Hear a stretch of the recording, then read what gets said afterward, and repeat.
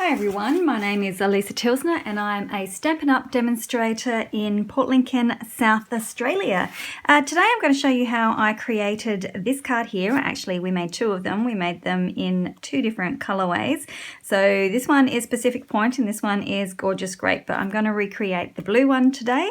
And so let's get started. Now, I'm just going to put them right out of the way because if you know me, then you know I make a mess of all my stamping. So we're going to be using the Christmas Gleaming stamp set. This one comes with a full suite, but I'm only going to use the stamp set and it has two punches. So I'm going to use the two of them and I'm going to be breaking away. Sometimes I find it hard when a stamp comes in a suite, and I tend to want to use the colours of the designer series paper all the time, so I'm going to break away from that and use completely non-Christmas colours. Oops, keep brushing that. I'm also going to be using the Stylish Scroll Embossing folder. Now, I do believe that this folder is in the Halloween section of your catalogue, which is probably why... Yes, it's in the Halloween section. So if you're in Australia, you probably go Halloween and just sort of gloss over it and not really look at it. But the ornate frames and the stylish scroll are really good ones to grab for anything. I mean, look at the scroll around the background, and I have actually used them for a Christmas card as well. So do pay attention to the Halloween section, even though we don't do Halloween very often. I think it's starting to grow, but perhaps not in my household anyway. So I have already pre-stamped a few things. So I've got my baubles and I've got my holly going on. And we're going to be using the Pacific Point, Granny Apple Green and the Real Red. So they're all nice, bright, bold colours. Now, I'm pre-thinking here. Am I going to edit and speed things up for you? We'll see. We'll see how long it takes me to do as to how I edit my videos. So if I don't end up fast forwarding it, just feel free to hit the fast forward button yourself if you like.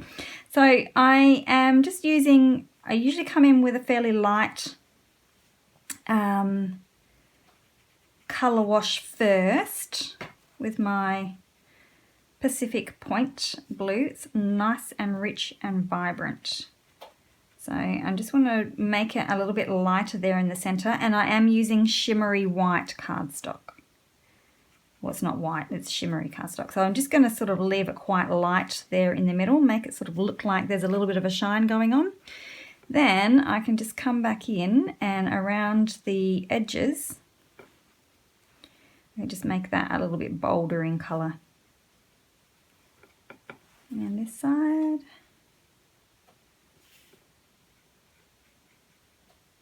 So you can see I'm not taking too much fuss with my colouring.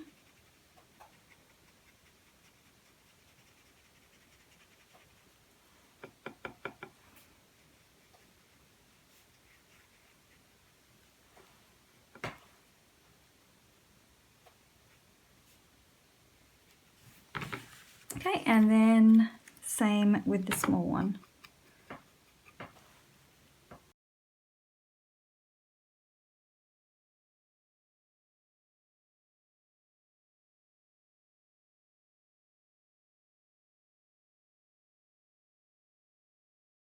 Okay, so there's my blue.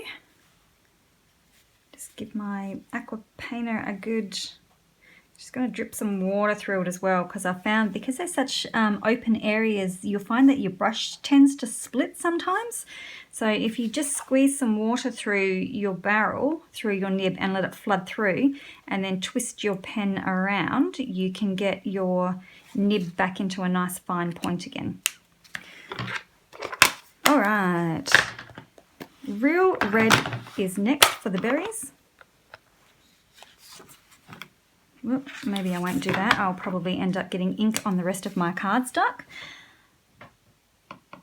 Okay, so same thing, start off light and then go a little bit heavier.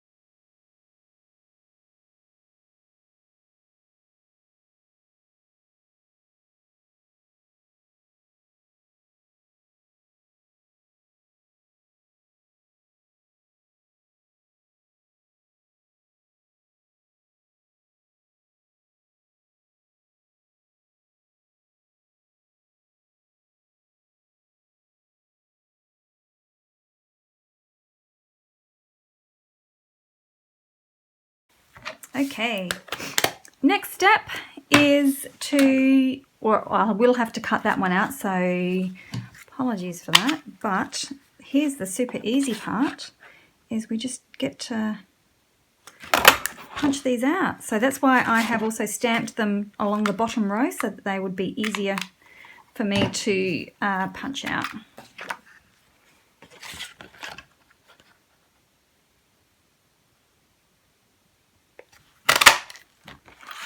Done, and I will just cut this one out.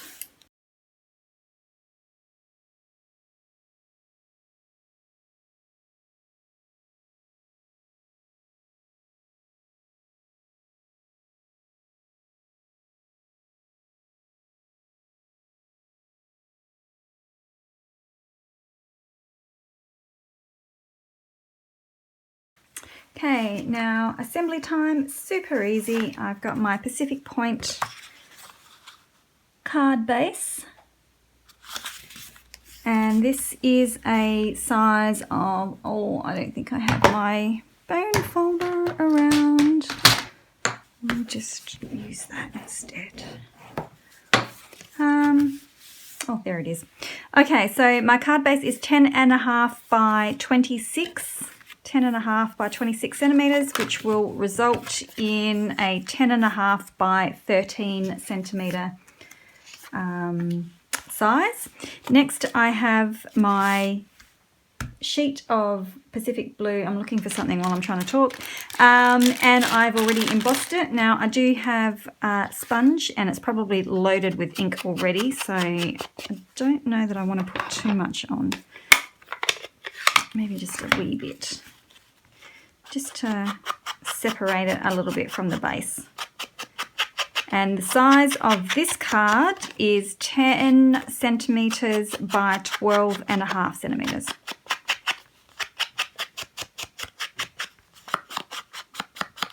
Whoops.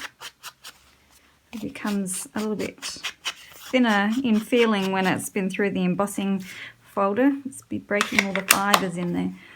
Okay, so now we just need to stick it all together.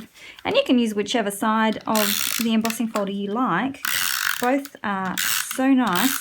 And, oops, I know that's probably a little bit excessive. And you can use it either way too. I think they're a little bit different depending on which way you stick it, but I don't think it really matters. Okay, so stick that down. And I have a sheet of white, piece of white cardstock, and this is 6 centimeters by 9 centimeters.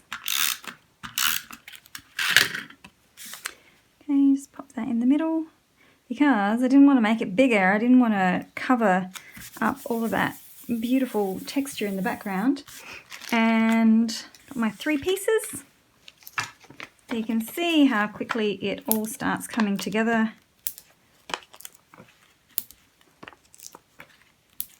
Card assembly normally does come together pretty quick, doesn't it?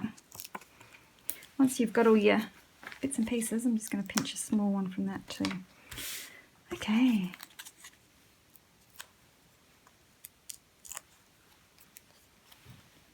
So pop that one up.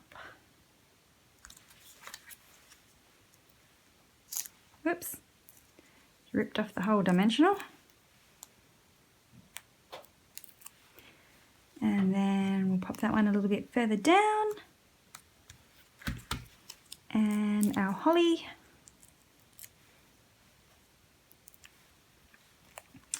Just pop that one around there somewhere. And then the sentiment that is in this stamp set, I love these reverse sentiments where it's bold in the background because it saves me from having to white emboss on coloured cardstock.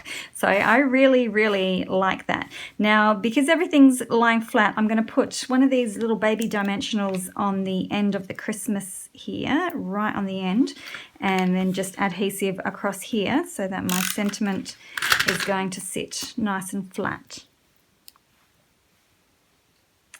So we can pop that across the bottom, making sure everything's nice and straight.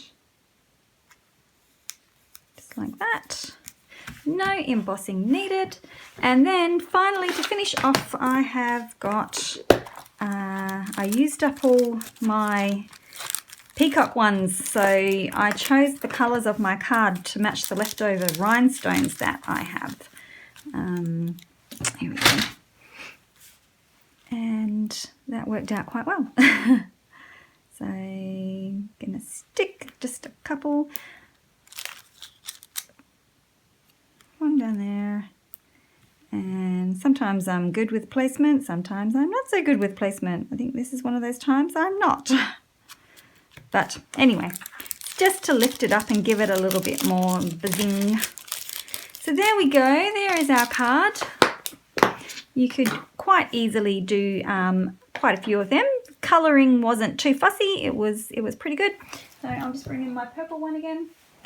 So I'm getting a nice little collection of Christmas cards now, ready for my stash. So you could make these in all sorts of colours.